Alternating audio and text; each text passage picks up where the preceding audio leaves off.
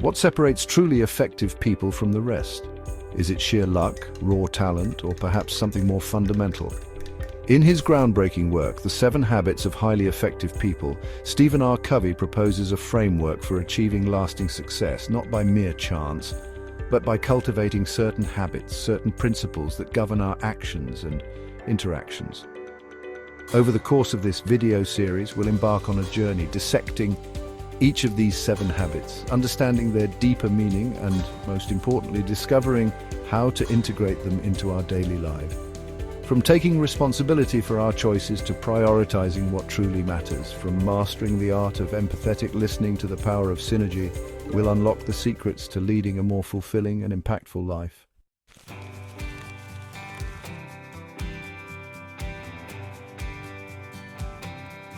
Imagine for a moment 2 individuals facing a similar challenge. One reacts impulsively, driven by external circumstances, blaming others, feeling powerless. The other, however, pauses, takes responsibility, and focuses on what they can control. This, my friends, is the essence of being proactive.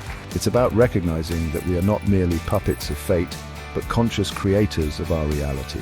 It's about shifting our focus from the circle of concern, those things we have little or no control over, to the circle of influence, the realm where our actions, our choices have the power to effect change.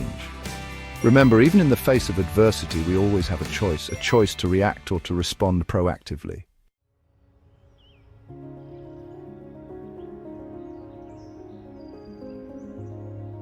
Imagine embarking on a journey without a destination in mind.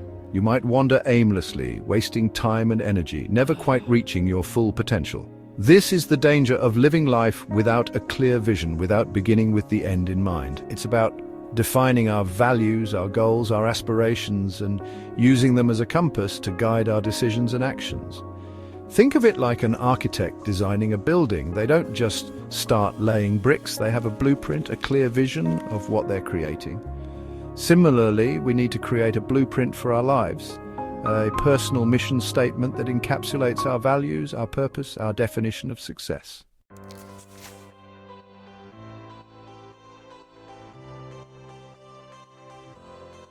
Chapter 4.3. Put first things first. We live in a world obsessed with urgency. Our inboxes overflow, deadlines loom, and everyone wants a piece of our time.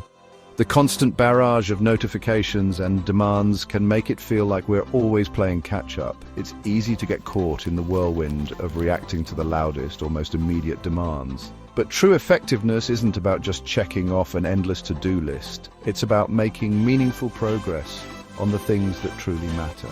It's about focusing on what truly matters, those tasks and goals that align with our core values and long-term vision. Imagine this. You're working on a project with a looming deadline, but you also know you need to have a crucial conversation with a team member. The pressure of the deadline can make it tempting to postpone the conversation. The deadline feels urgent, it's right there in your face, demanding attention. It screams for your immediate focus, but that conversation, that connection, that's important. It could be the key to resolving underlying issues and fostering a more collaborative environment. It's about the long-term health of your team, your project, your why. These are the elements that sustain success over time. This is where understanding the difference between urgent and important is critical. It's a skill that can transform how we approach our daily tasks. Urgent tasks demand immediate attention. They scream for it. They are the fires that need to be put out right now. Important tasks contribute to our long-term goals, to our values, to the vision of success we hold in our minds. They are the building blocks of our future. They are often quieter, more subtle, but their impact is far greater. They are the seeds we plant today for the harvest we reap tomorrow. So how do we escape the urgency trap? How do we shift our focus to what truly matters? How do we prioritize what truly matters?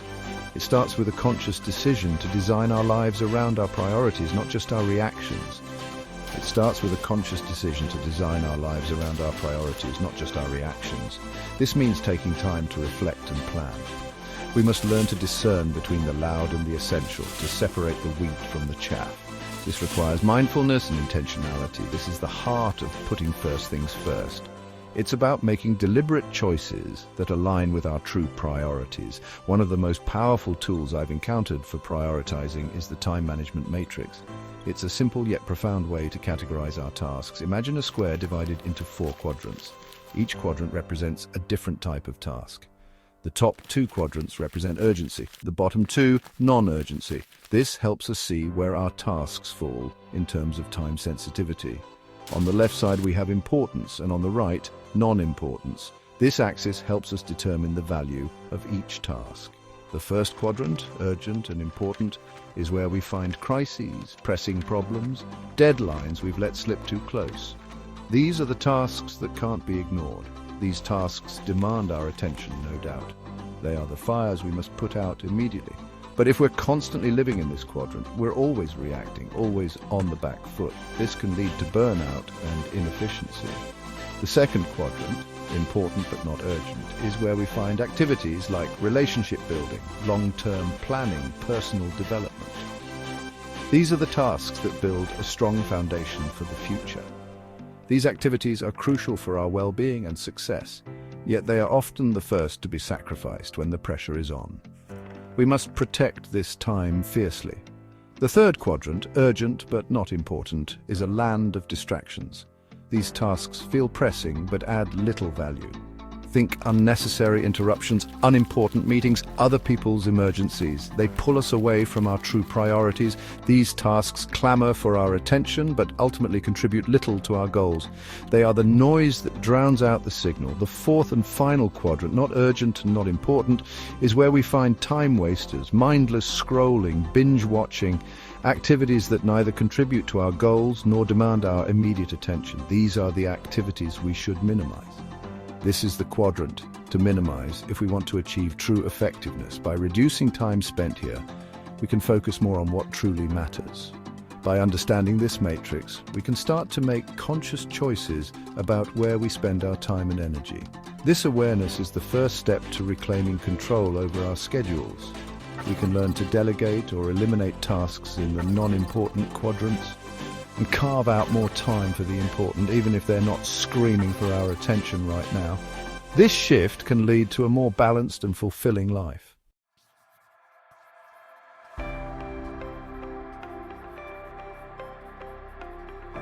Chapter 5:4. Think win-win. For too long, many of us have been conditioned to see the world as a zero-sum game, where one person's gain is another's loss. We believe that for us to win, someone else has to lose, creating a constant battle for supremacy. This scarcity mindset permeates everything from business negotiations to personal relationships, affecting our interactions deeply. But what if there's a better way, a way where everyone can emerge victorious? Imagine a world where collaboration trumps competition, where working together is the norm, where success isn't about taking a bigger slice of a finite pie, but about baking a bigger pie for everyone to share, ensuring that no one is left out.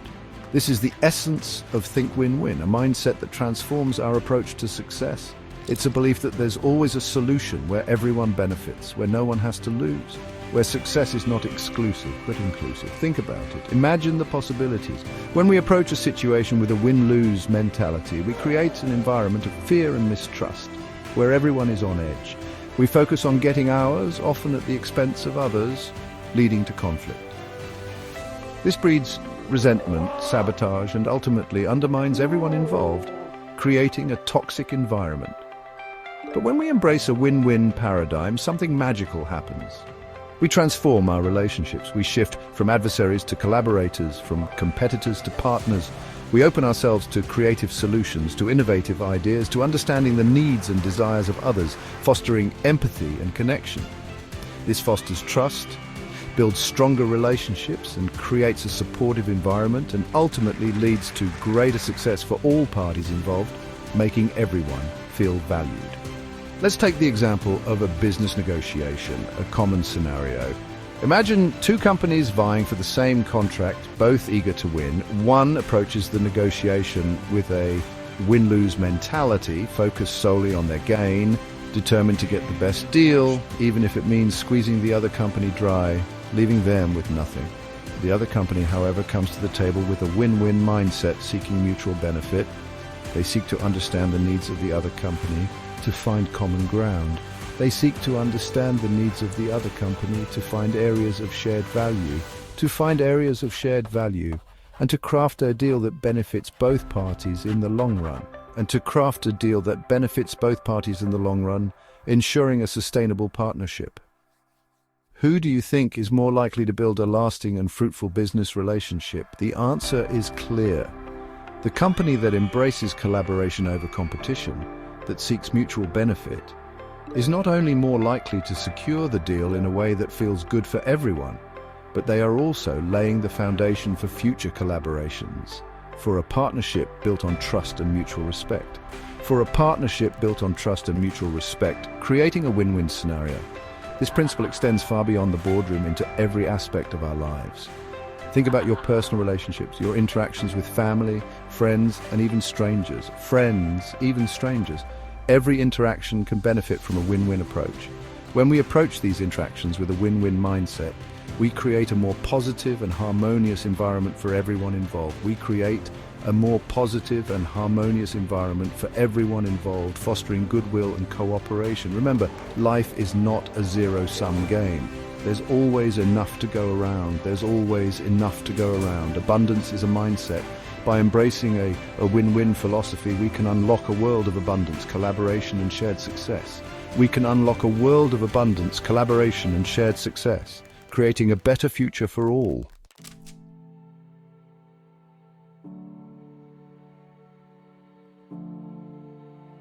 Chapter 6.5, seek first to understand, then to be understood.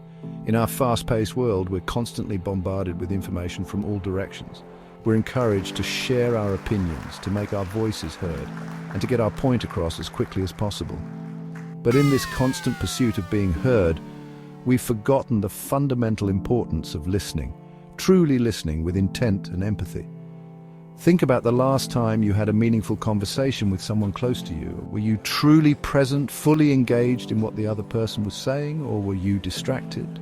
Or were you just waiting for your turn to speak, formulating your response while the other person was still talking, not fully absorbing their words? We often confuse hearing with listening, thinking they are the same. Hearing is a passive act.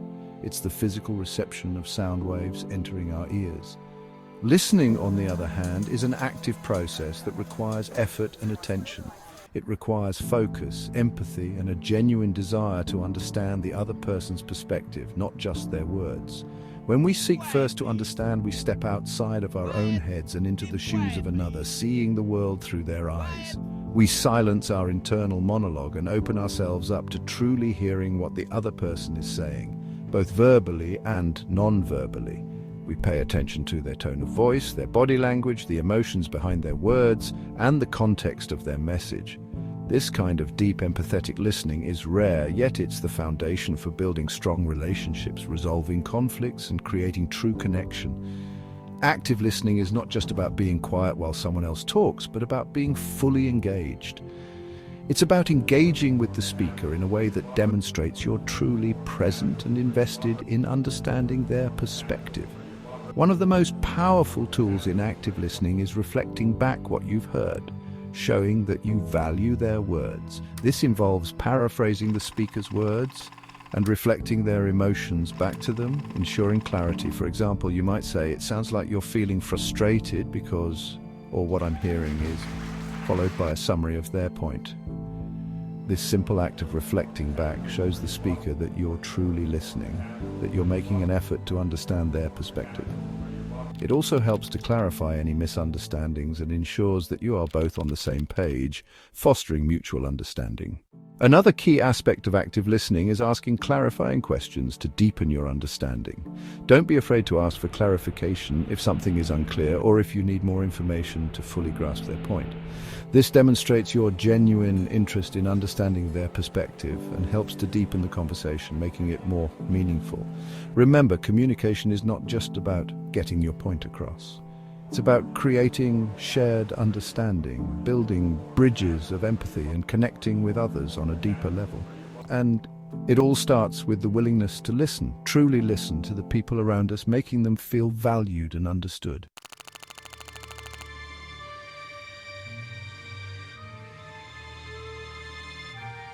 Chapter 6.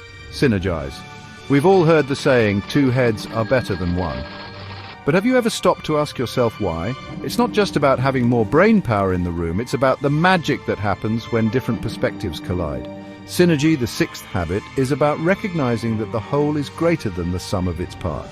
It's about understanding that when people with diverse viewpoints, experiences and talents come together, they can achieve something truly extraordinary.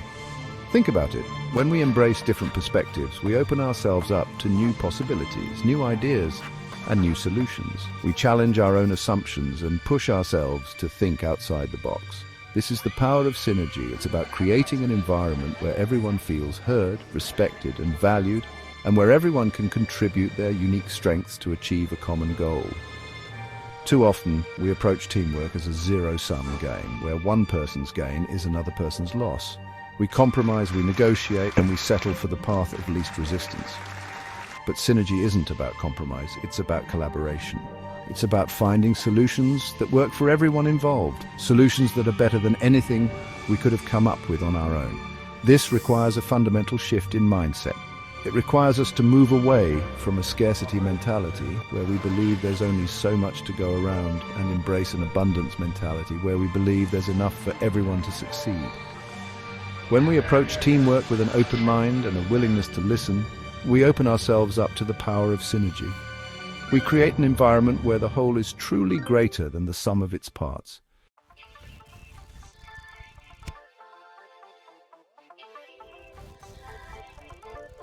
Chapter 7, Sharpen the Saw. Imagine a lumberjack tirelessly working day in and day out to fell trees. He's determined, driven, but he never takes a break. He never stops to sharpen his saw. What happens? The saw, dull and worn, becomes less and less effective. The work becomes harder, takes longer, and the results suffer. This, my friends, is what happens when we neglect to sharpen our own saw, our physical, mental, social, and spiritual selves. The 7th habit, Sharpen the Saw, reminds us that to be our best selves, we need to take care of ourselves. It's about recognizing that our well-being is not an afterthought, but a foundation upon which everything else is built. When we prioritize our physical health, we have the energy and stamina to tackle life's challenges. When we nurture our mental well-being, we gain clarity, focus, and resilience. Sharpening the saw is about making conscious choices to invest in ourselves in all aspects of our being. It's about making time for exercise, healthy eating, and adequate rest. It's about engaging in activities that stimulate our minds, whether that's reading, learning a new skill, or simply taking a break from our screens. It's about nurturing our relationships, connecting with loved ones, and building a strong support system. And finally, it's about connecting with something larger than ourselves, whether that's through spirituality, nature, or simply taking time for quiet reflection. When we invest in ourselves, we're not being selfish, we're being strategic. We're ensuring that we have the energy, the focus, and the resilience to show up fully in all areas of our lives.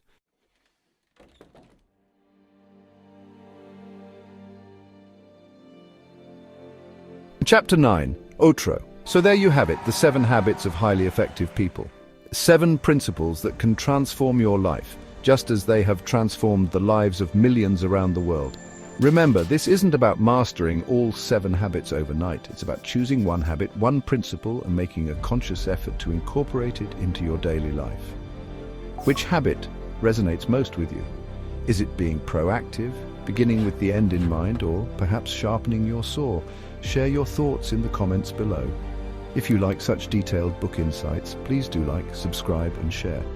Until next time, keep striving, keep growing, and keep making a positive difference in the world.